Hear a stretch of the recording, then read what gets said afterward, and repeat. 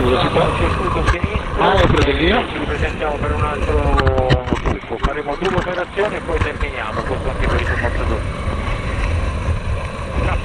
Aspetto che entrate in circuito. Eccolo, 2 Yankee. Stiamo vedendo se è insicura. Pushback 402. Allora, adesso 3 tutti, giusto?